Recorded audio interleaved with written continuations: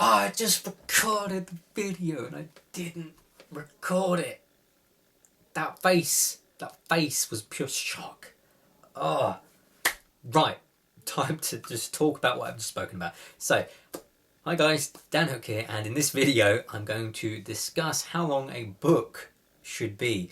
It's one of the first questions that I googled, and you get loads of answers back on Google about certain word counts that you need to hit, this, that and the other, and I don't think they really apply. A book's going to be as long as it needs to be. Just make sure you keep focused on the story. The only time I think you need to consider it is if you're going traditional publishing and you've got an agent or publisher in mind. They might have a set word count that they like the applicants to get to or get down to. And I think if you're going that route, then you need to minimise the risk of rejections and go for what they're asking for. Because once you get your foot in the door, you can then, probably got a bit more flexibility with that sort of stuff. For self-publishing, I just think keep tabs on the story, keep tabs on overwriting, underwriting. It's generally what I do. I'm more of an underwriter myself. I don't write enough. But when you're writing your first draft, you don't really need to worry about overwriting or underwriting. Bosh out your first draft.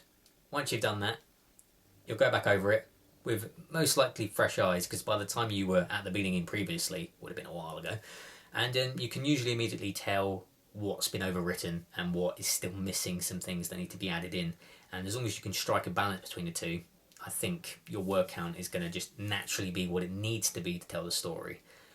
Some people do like overwriting, which just telling colossal detail about the world and bits and pieces that sort of make you immersed. And underwriting is not telling enough, and it almost lacks the immersion for people to dive into your book. So for me, I try and strike a balance between the two. I don't want to overwrite and bore people with mindless details that really don't have any relevance to my plot. And I don't want to underwrite where it's just so boring that they don't really even know what's going on. So for my book, it's post-apocalyptic fiction. So I feel like naturally it's going to be on the underwriting sort of side, because it's kind of a bare world. I mean, it's not all bare. There are some fancy places. So strike a balance between the two, and your word count will kind of naturally find a spot where it's most comfortable. Obviously get beta readers in, family to read it. If you can hire a professional, get them to go over it. They're going to have a very good idea of, whether you've been overwriting or underwriting, and they'll let you know any bits that need to be worked on. Besides that, it's really, I guess, the minimum floor. So like 60, maybe just under 60,000, I would say, is like the smallest novel you want to go. Anything smaller than that is going to be more of a big short story. But generally, I don't think you should set yourself any strict guidelines of how big you want the book to be. You tell the story. If it's a series, then there'll be places where it's going to naturally feel right for it to stop, so you can continue on to the next book. With mine, it was 71,000 words, so it's on the smaller side, but it felt natural to stop there. And also, when you're a first-time author like myself, I believe that just a smaller book is going to do better with picking up readers. So if you're in a library or a bookshop and you're looking at some books to buy, if you look at a book that's this thick from an author you don't know, and you don't really know anything about the book either, it's a little bit more pricey as well, you might be less enticed to pick it up, because it's quite an investment, and it's quite a lot to take on if it's a massive book from someone you don't really know who's got a track record. Where my book's 71,000, it's a bit smaller. If your book's smaller, I feel like it's going to be cheaper. They're more likely to take the risk on a new author. And if they do, it means that you've hopefully created a new fan, and they will buy your future books, which, again, you can have a slightly larger word count because you can afford to do that. With an initial book, I feel like I just want to increase the chances of getting it out there and getting more people to read it up. So if it's a lighter read, if they enjoy me, if they enjoy the style of writing and enjoy the story, I'm more likely to make a fan who's going to then pick up a next book, which, the second book's going to probably be a much bigger book.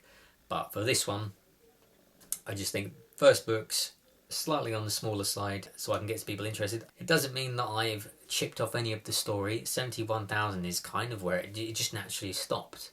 I kept overwriting mine, underwriting mine, made sure it was trim, where it needs to be. I've had people read over it, so I'm fairly confident that it's well rounded.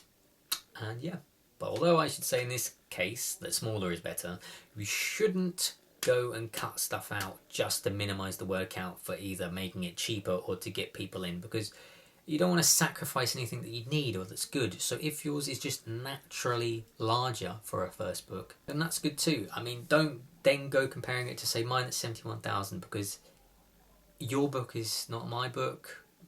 Every book is different, every story is different, every writer tells their story different. And obviously every genre then has their traits of being descriptive or not as descriptive. So if you're writing a fantasy and you're like, oh, my book's like 30 more thousand words than Dan's, don't worry. And then even if you're writing a post-apocalyptic book and you go, oh, mine's 100,000 words, yours is 70, don't worry about it. You know, you've got a completely different story that you're telling. It's there again, although I'm saying smaller is better, there is no right or wrong answer when it comes to it. You tell your story, you make sure you don't overwrite, you make sure you don't underwrite, and that's really it. Make sure everything you put in is relevant to your story. Get second opinions, get other people to read it for you. They will let you know because they will have fresh eyes. If there's a common thing amongst them that a certain bit is perhaps too descriptive or not as descriptive, then you can work on it. And I'll say it again, there isn't really a word limit on the story. You write the story. As long as you keep those two things in check of underwriting and overwriting. If you're writing a series, find a natural place to stop where it feels like it's going on to like a new mission or new aim. Things are changing. That's where you stop. If it's 120,000 words, that's fine. If it's 70,000 words, that's fine. No story or author is the same. You know what's right at the end of the day as long as you're happy with it. That's really all that matters. But yeah, that's it for this video. I can't believe I did not press the record button. As soon as I stopped recording that last bit, or I guess started, and I saw the red light come on at the beginning of this video, oh, it's pain. That was some serious pain. But never mind. Things happen. They happen, and there's nothing you can do about it. I'm just going to drink out of this nice mug here. See you in the next video.